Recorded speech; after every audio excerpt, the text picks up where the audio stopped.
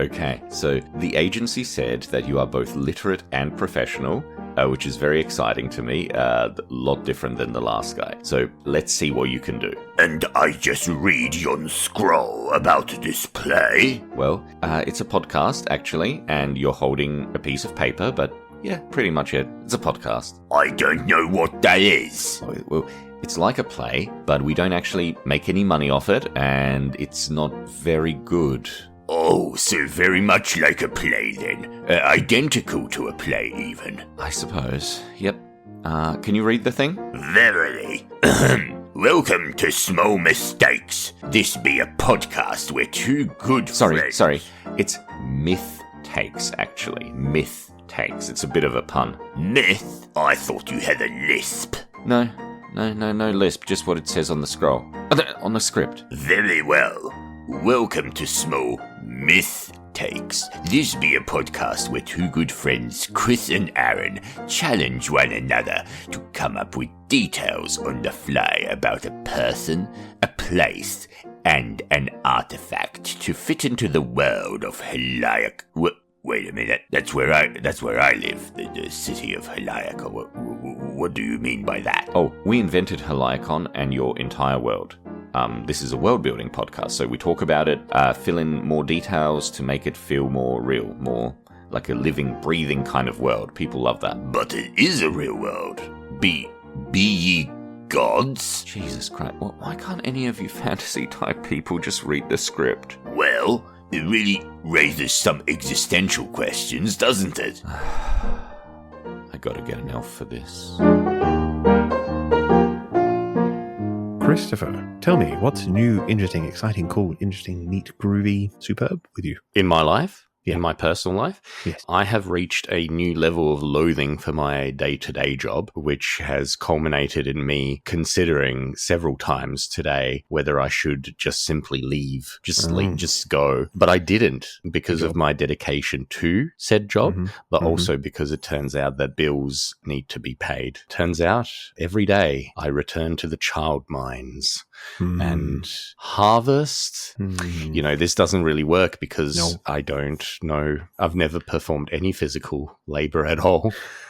Yeah, I don't know. Even gardening, I don't know how that works.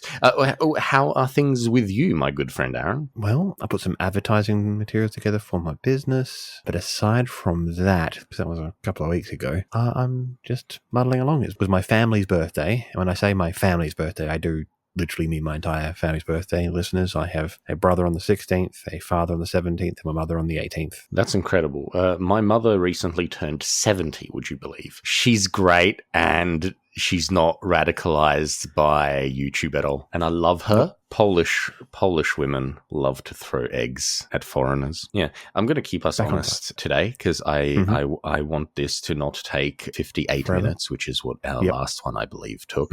So I'm going to say welcome to Small Mythtakes, ladies and gentlemen, the dozen of you who are listening and or watching. This is our bonus episode. Some of it is on YouTube and some of it is inside of your ears right now. And this is a bonus episode where we challenge each other to come up with an artifact, a person, and a place in our wonderful fantasy city of Heliacon. And then once one person's come up with the name and given it to the other person then riffs on that for a little bit and expands upon it and fits it into the setting. That's really brilliant. I don't remember who's going first this time. However, I will say, do you have near where you might be a 6-sided dice? Oh, easily, yes. I went first last time with the monstrous Mythtakes.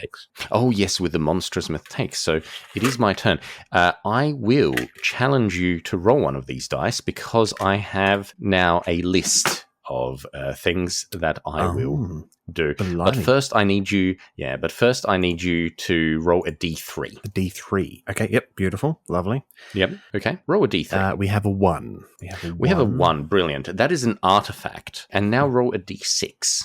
D6, okay. And I'll give you the name of the artifact. We have a 4. A 4, a real 4.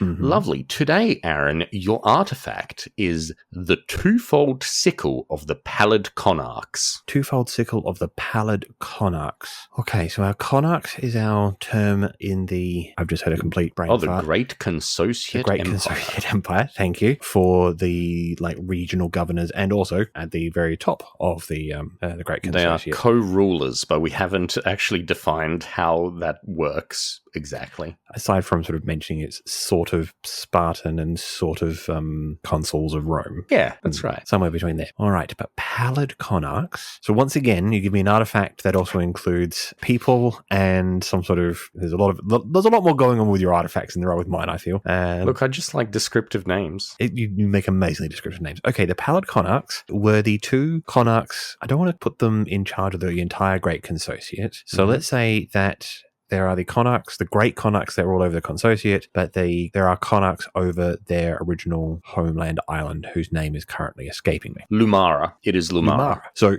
there are the local conarchs of Lumara. In the early days of the Great Consociate, when they were experimenting with wraith quartz, and still determining what it would do, they discovered, they can pull a lot like magic into them and then use that magic. But they were not yet aware of what would happen if you use yourself as a filter, of the ill effects, yes. That's right. And in that early day boom, the current regional conarchs of Lumara used it a great deal, and they got cool powers and they're doing neat things. Both of them were magic users of some description, but in so doing, they slowly made themselves the Winnowed, which is our version of the undead via wraith. The undead, yes, correct. Nevertheless, they didn't become like mindless undead. They were, let's face it, I'm genuinely thinking some version of vampires. I don't want to go into too much detail because it's a lot.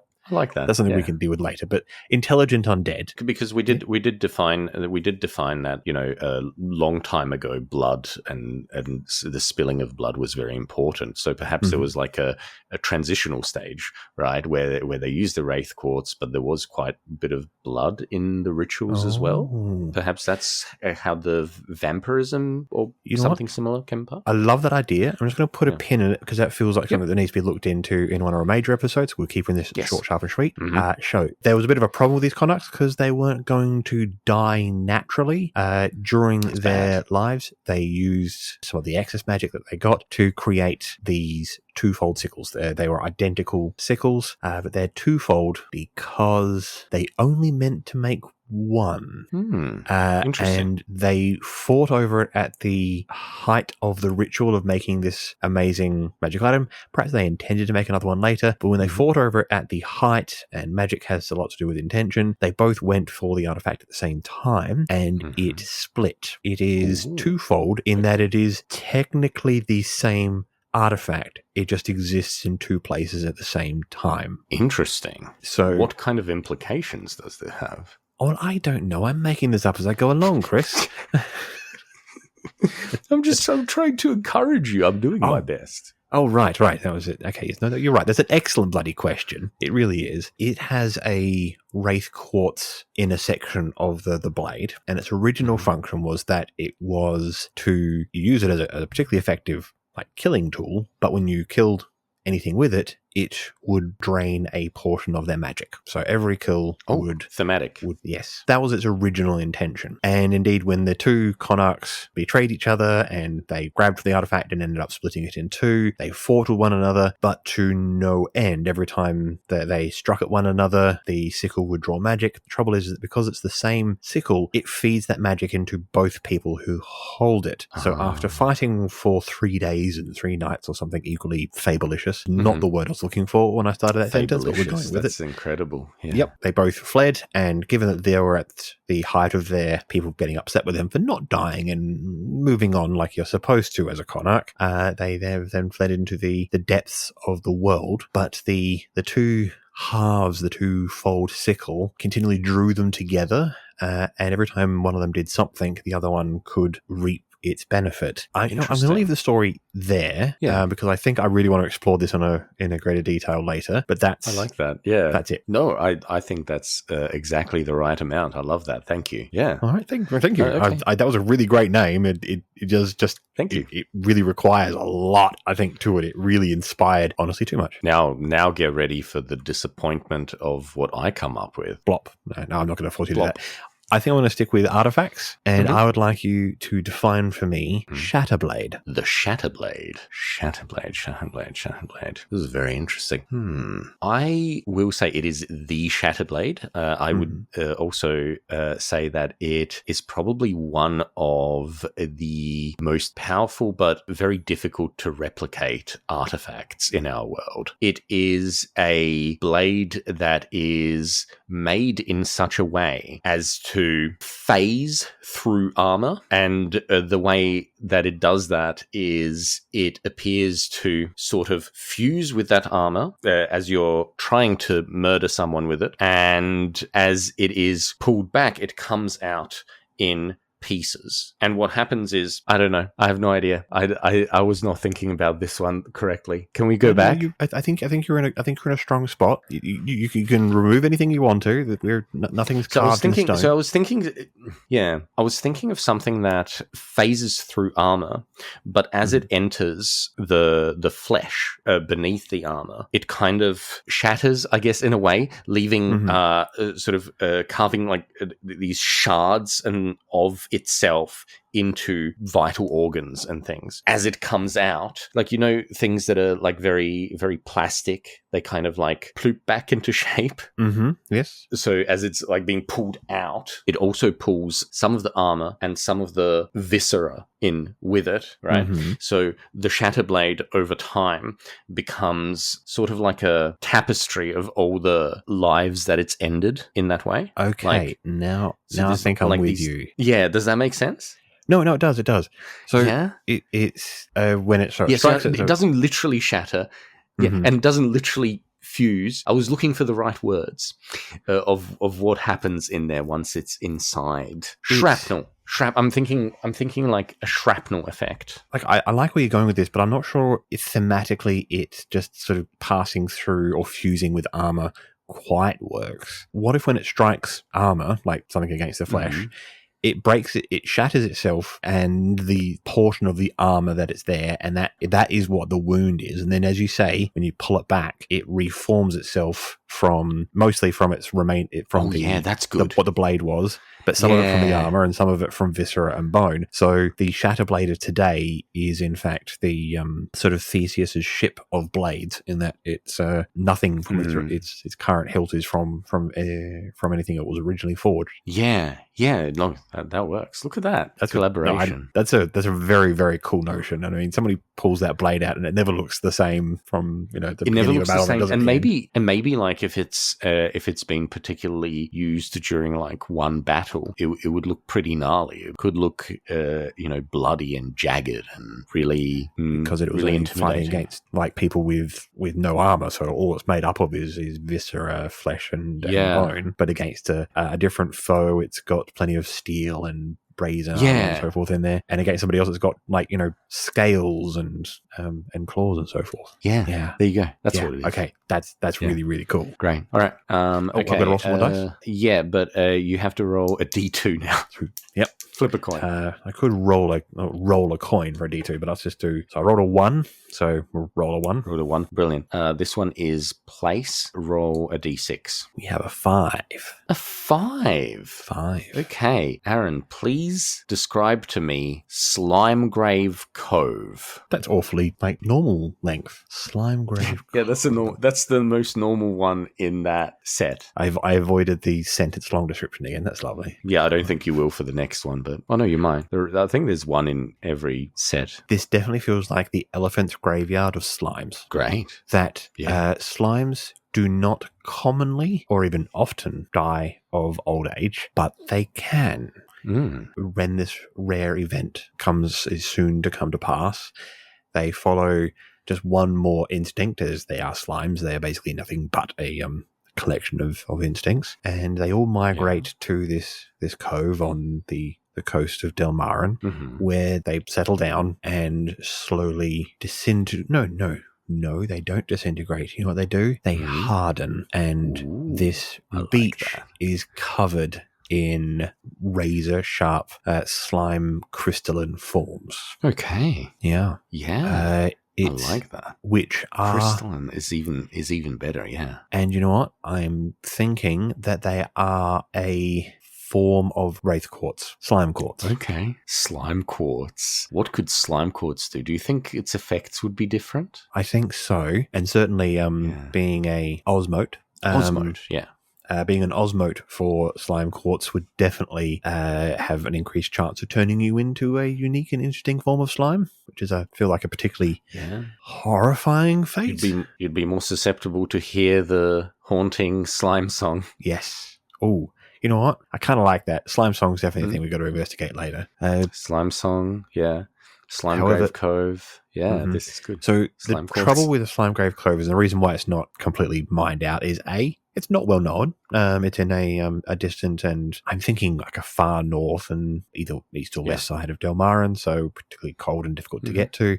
And that cold is partly what leads to that crystallization. Getting there by ocean-going vessel is difficult, partially because you're so far north there are ice flows, but also because the crystalline slimes extend out into the bay somewhat, and that they are hard enough to rip the belly out from the bottom of your ship. Yeah, so that's it. It's just far enough away from civilization. Far away. Yeah, it is. Can I say that is very smelly? Yeah, I think it'd be very smelly.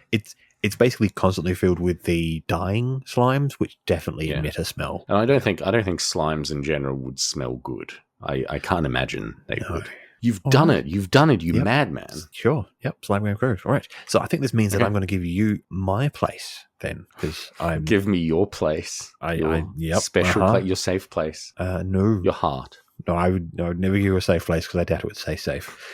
However, this one does sound like a safe place. Okay. I would like you to describe for me Harmony Hall. Harmony Hall. The Hall of Harmony. The Hall of Harmony. Well. No, not a well. That was episode 1. That was the not well. That's right. Yeah. Harmony Hall. This is an easy one for me, actually. Harmony Hall is where the Guild of Conductors in the north of Haliacon actually holds some of their more popular concerts. Harmony Hall itself is a very large building in what we would think of as the classical style. Lots of columns and marble and that kind of thing. Is one of the structures that when the Great Consociate Empire found Haliacon was very minimally damaged, mainly I think because it was such a monumentally large and important building. A lot of effort went into just making it. You know how ancient architecture, a lot of those things are really big, make heavy you feel stuff small. Survives they make you feel heavy, small. Yes. Yeah, like that's the idea, you know. I would also say that Harmony Hall is where so this would be in Melodwin. Then. I was going to ask us in Melodwin. I think this would be perhaps on the edge of Melodwin, because we did define Melodwin as being a particularly poor district. So I would say probably this is on right the very edges of Melodwin, close to some of the more reputable districts. And this is where they would also conduct some of their business, as in I don't know whether inside Harmony Hall or close to it would be their guild headquarters. A concert hall is often more than just it's more than concert. Just you'll have a whole maze of back rooms and green rooms and rehearsal spaces and other bits and pieces. So having a guild hall in there makes sense. Yeah, and I would say that's probably some of their more secretive business is done right beneath Harmony Hall. It extends a little bit downwards. I wouldn't say into the deep vaults or anything like that. Maybe in some way, but only in the same way that every place in Haliacon sort of, has fades into the shallows to some degree. Yes, fades into it. Yeah, I think that's it. Actually, I don't think that needs any more. That's really good. Brilliant. I did it. You did. I did it. Success. I bloody did it. Hurrah! If only we could high five over. Can we? Wait, I tell you what. On 3. Yeah. 1, 2, 3. All right, next one. You just Yes. have to roll a d6 for this one. Oh, yes, because we've already This is a person. We once again have a 1. A 1. Okay, hey, you're not going to enjoy this one. Oh. But, Aaron, could you tell me about a person who they call the Pale Provost, Warrel Ganaton? Oh, no, you're wrong. I like this. We've had Pallid Connachts and a Pale Provost. Apparently this had a very colourful Slimegrave Cove, but everything else has been awfully washed out. Yeah, weird. Warrel Ganaton. So, because death is something that is a source of magic, even the corpses of the dead are capable of being utilised for magic, although, generally speaking, not for anything good. 25 years ago, before 25 years ago, during the battle for Heliacon, there was a lot of dead and a lot of temporary graveyards, and then, of course, there was the Bloody Avenues agreement followed after one of the most bloody and extensive battles in the history of Heliacon. Part of the agreement is having to get all these mouldering and, frankly, disease-causing corpses out of Heliacon. In a part of the agreement, so a little bit of actual bipartisanship here between the two major powers, the Great Consociate and the Unfettered League, they agreed to bury all these otherwise potentially dangerously useful corpses all in one place, of course. A mass grave, which is something everyone can enjoy. Sure. Yeah. I mean, God, I hope no one takes me out of context from this video. The only place that you could do that with these two powers at odds with one another is, of course, in the space between the Serpentine walls, and place it under the auspices of the Interbellum Guard of the Serpentine Wall. Ooh, yes. So there is a special position, a special officer who is in charge of making sure that this section of Earth, which is quite extensive between the walls, is the position of the Pale Provost. Brilliant. Unlike some of the other positions, which are sinecures because there's not a lot of actual fighting going on anymore, the Pale Provost, by necessity, has to be good at their job because there are still plenty of people who wish to raid them for the materials of their bodies, for necromancers, just for actual corpses, that sort of fun and exciting stuff, and they fight some of the scariest people. So the Pale Provost is always a genuinely competent individual, and Warrel Ganaton is most certainly one of those. Okay. I like to make Warrel a dwarf. They've been Pale Provost for getting on to 10 years after the last one was killed messily. He's a reformed, maybe not necromancer, but certainly... We should have a chat about necromancy and death type things. Perhaps not next episode, but the one after. Yes. He was definitely involved in death magics. I don't think he was a major, a wizard at the top of anything like that, but that he was heavily involved, but things went awry. And he had an opportunity to redeem himself, which he did, and then sort of became a free mercenary, and he was snapped up by the Interbellum Guard, proved himself quickly, and given his extensive knowledge of people with these death magic sort of things, they made him Pale Provost. Honestly, perhaps not expecting him to do anywhere near as well as he's done, but now, nearly 10 years later, he is very experienced, really knows his stuff, and is a figure of dread amongst the city, partially because amongst those who wish to get through to the grave, he is obviously very terrifying, but all that death magic and so forth has changed him physically. I think he's lost all his color,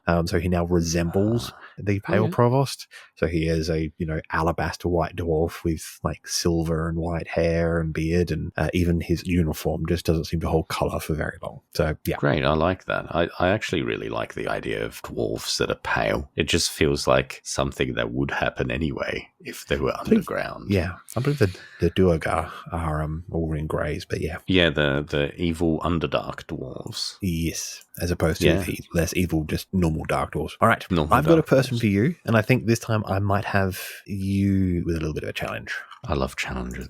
That's not true. I like getting into a nice rut. Well, I would like you to tell me about Katunka in Contempt. Katunka in Contempt. Katunka in Contempt. Okay. I will tell you about this in a second. But did you know, I mentioned I've been having some annoying times at work, and one of my co-workers said, well, you should see this as a challenge to sort of conquer, And I was thinking, I said, yeah, I'll do that. But what I was actually thinking thinking is, what a stupid idea. I don't go to work to be challenged. I really don't. I go there to make some money because I have to. I don't want to feel like I'm running a maze. That's not something that's stimulating to me. And my whole problem with the whole thing is that it's not stimulating to me. I can't make it stimulating to me. It is the most base drudgery. Well, it's not that bad actually. It's probably I'd probably complain equally if I had to be, I don't know, a shelf stacker or something. Vital jobs, more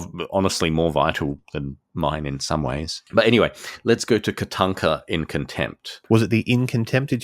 Were you reminded of your colleague because of the Contempt? I feel contempt for some of my colleagues, not all of them. This part will publicly be available, but out of the, I think probably 2 people that might look at it, those are the good ones. Katanka and Contempt, I feel like I've stalled enough now.